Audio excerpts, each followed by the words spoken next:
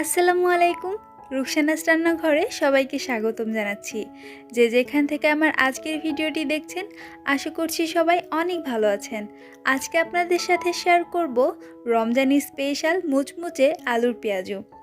রমজানে ইফতার আইটেমে এই আলুর পেঁয়াজুটা আপনারা রাখতেই পারেন। খুব অল্প সময়ের মধ্যে ঝটপট এই মুচমুচে আলুর পেঁয়াজু তৈরি করে নিতে পারবেন, আর খেতেও দুর্দান্ত হয়। তো চলুন কথা না বাড়িয়ে দেখে নেই এই মুচমুচে আলুর পেঁয়াজুটা কিভাবে তৈরি করব। আলুর পেঁয়াজু তৈরি করার জন্য আমাদের আলু লাগবে, আর আমি এখানে বড় সাইজের 3টা আলু এভাবে কুচি করে কেটে নিয়েছি। আপনারা চাইলে গ্রেটার দিয়েও কিন্তু গ্রেট করে মিহি করে নিতে পারেন আরও, তবে আমি ছুরি দিয়ে এভাবে কেটে নিয়েছি। আর 5 মিনিট পানির মধ্যে ভিজিয়ে তারপর পানি ঝরিয়ে নিয়েছি। এখন এর মধ্যে দিয়ে দিচ্ছি পেঁয়াজ কুচি। যেহেতু এটা পেঁয়াজি, তাই পেঁয়াজের পরিমাণ কিন্তু একটু বেশিই লাগবে, তবে পেঁয়াজের তুলনায় আলুর পরিমাণটা কিন্তু বেশিই থাকবে। এখন দিয়ে দিচ্ছি কাঁচামরিচ কুচি, তবে ঝালের পরিমাণটা আপনাদের পছন্দ অনুযায়ী অ্যাড করে নেবেন। আমি পেঁয়াজুটা একটু ঝাল ঝাল করব, তাই ঝালের পরিমাণটা আমার পছন্দ মতো দিয়ে নিয়েছি।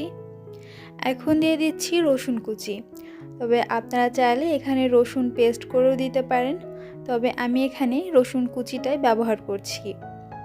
মুখের মধ্যে যখন পড়বে তখন কিন্তু খেতে বেশ ভালো লাগবে। এরপর দিয়ে দিচ্ছি আদা কুচি। আদা কুচিটা কিন্তু অবশ্যই এই পেঁয়াজুতে দেওয়ার চেষ্টা করবেন। আর দিয়ে দিচ্ছি পরিমাণ মতো লবণ। এখন দিয়ে দিচ্ছি ধনিয়া গুঁড়া, আর দিয়ে দিব লাল মরিচের গুঁড়া, তবে আপনারা ঝালের পরিমাণটা কমিয়ে বাড়িয়ে দিতে পারেন। আর দিয়ে দিলাম হলুদের গুঁড়া, আর দিয়ে দিব একটা ভাজা মশলা। এখানে আছে গোটা জিরে, গোটা ধনিয়া আর গোলমরিচ শুকনা খোলায় ভেজে সেটা গুঁড়ো করে নিয়েছি। এখান থেকে আমি এই ভাজা মশলাটাও 1 চামচ দিয়ে দিচ্ছি, এটা কিন্তু অবশ্যই দিবেন। আর দিয়ে দিচ্ছি চালের গুঁড়ো, হাফ কাপের মতো চালের গুঁড়ো ব্যবহার করছি, তবে আপনারা চাইলে এখানে চালের গুঁড়োর পরিবর্তে কর্নফ্লাওয়ার দিতে পারেন। আর দিয়ে দিচ্ছি বেসনও হাফ কাপের মতো দিয়ে দিচ্ছি, তবে বেসনের পরিবর্তে আপনারা চাইলে এখানে ডিম ব্যবহার করতে পারেন। এখন সব কিছু ভালোভাবে হাত দিয়ে একটু সময় নিয়ে মেখে নিতে হবে। সব কিছু ভালোভাবে মিশিয়ে নেওয়ার পর আমি এর মধ্যে 2 চামচের মতো পানি ব্যবহার করছি, তবে আপনারা মাখানোর সময় যদি পানি প্রয়োজন না হয় তাহলে আর অ্যাড করবেন না, তবে আমি সামান্যই দিচ্ছি চালের গুঁড়োটা একটু ভালোভাবে মিশানোর জন্যে। সব কিছু হাত দিয়ে ভালোভাবে মেখে নেওয়ার পর মিশ্রণটা ঠিক এমন হয়েছে। পেঁয়াজুর শেপ দেওয়ার জন্যে এভাবে আঠালো একটা মিশ্রণ তৈরি করে নিতে হবে। তো দেখুন পেঁয়াজুর মিশ্রণটা একদম তৈরি হয়ে গিয়েছে। এখন শুধু পেঁয়াজুর শেপে ভেজে নিতে হবে। তার জন্যে ফ্রাই প্যানে আমি পর্যাপ্ত পরিমাণে সয়াবিন তেল দিয়ে নিয়েছি। আর দেখুন তেলটা কিন্তু খুব ভালোভাবে গরম হয়ে গিয়েছে। এখন একটু একটু করে মিশ্রণ নিয়ে পেঁয়াজুর শেপে তেলের মধ্যে দিয়ে দিব। তবে পেঁয়াজুর মিশ্রণগুলো তেলের মধ্যে দেওয়ার পর চুলার আঁচটা কিন্তু মিডিয়ামে রাখতে হবে। এই পর্যায়ে চুলার আঁচটা যদি হাই হিটে থাকে তাহলে পেঁয়াজগুলো কিন্তু উপরে পুড়ে যাবে, আর ভিতরে কিন্তু ভালো মতো কুক হবে না। তাই এই পর্যায়ে চুলার আঁচটা অবশ্যই মিডিয়ামে রাখতে হবে, আর আস্তে ধীরে পেঁয়াজগুলো নেড়েচেড়ে উল্টিয়ে পাল্টিয়ে ভেজে নিতে হবে। আর পেঁয়াজগুলো বেশি নাড়াচাড়া করারও দরকার নেই, এক সাইডটা একটু হয়ে গেলে অপর সাইডটা একটু উল্টে দিলেই হবে। দেখতেই পাচ্ছেন পেঁয়াজগুলো আমি খুব আস্তে ধীরে ভেজে নিচ্ছি, এবং পেঁয়াজগুলো গোল্ডেন ব্রাউন কালার হয়ে আসলেই তুলে নিব, আর বেশি ভাজার প্রয়োজন নেই। এরই মাঝে আমার পেঁয়াজগুলো ভাজা হয়ে গিয়েছে, এখন আমি তেল ঝরিয়ে তুলে নিচ্ছি।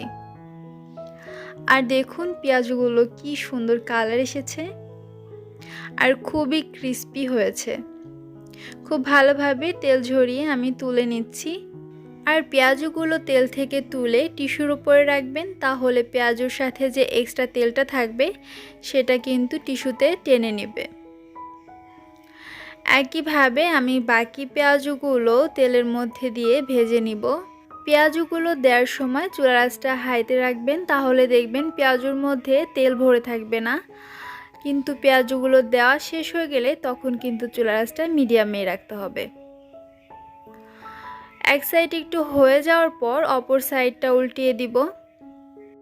এই আলুর পেঁয়াজুটা বিকালে হালকা নাস্তা হিসেবে 1 কাপ চায়ের সাথেও কিন্তু জমে যাবে। চুলার আঁচটা মিডিয়ামে রেখে আস্তে ধীরে পেঁয়াজগুলো গোল্ডেন ব্রাউন কালার হয়ে আসা পর্যন্ত ভেজে নিতে হবে।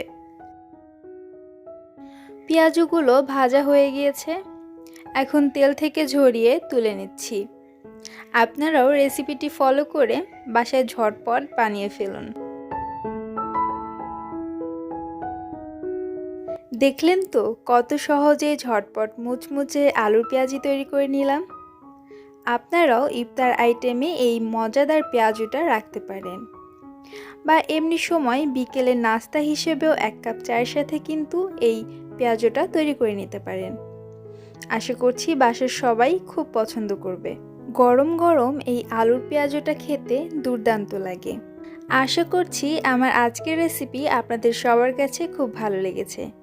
যদি আমার আজকের রেসিপিটি ভালো লেগে থাকে অবশ্যই আমার ভিডিওতে একটি লাইক করে দিবেন, এবং আমার চ্যানেলে যদি নতুন হয়ে থাকেন আমার চ্যানেলটি অবশ্যই সাবস্ক্রাইব করে রাখবেন এমন মজার মজার রেসিপিগুলো পাওয়ার জন্যে।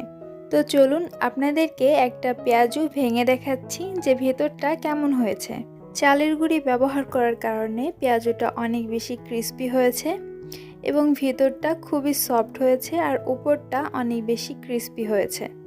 আপনারা বাসায় ট্রাই করলে অবশ্যই আমাকে কমেন্ট করে জানাবেন। আজকের মতো এখানেই বিদায় জানাচ্ছি। সবাই অনেক ভালো থাকবেন, সুস্থ থাকবেন। আল্লাহ হাফেজ।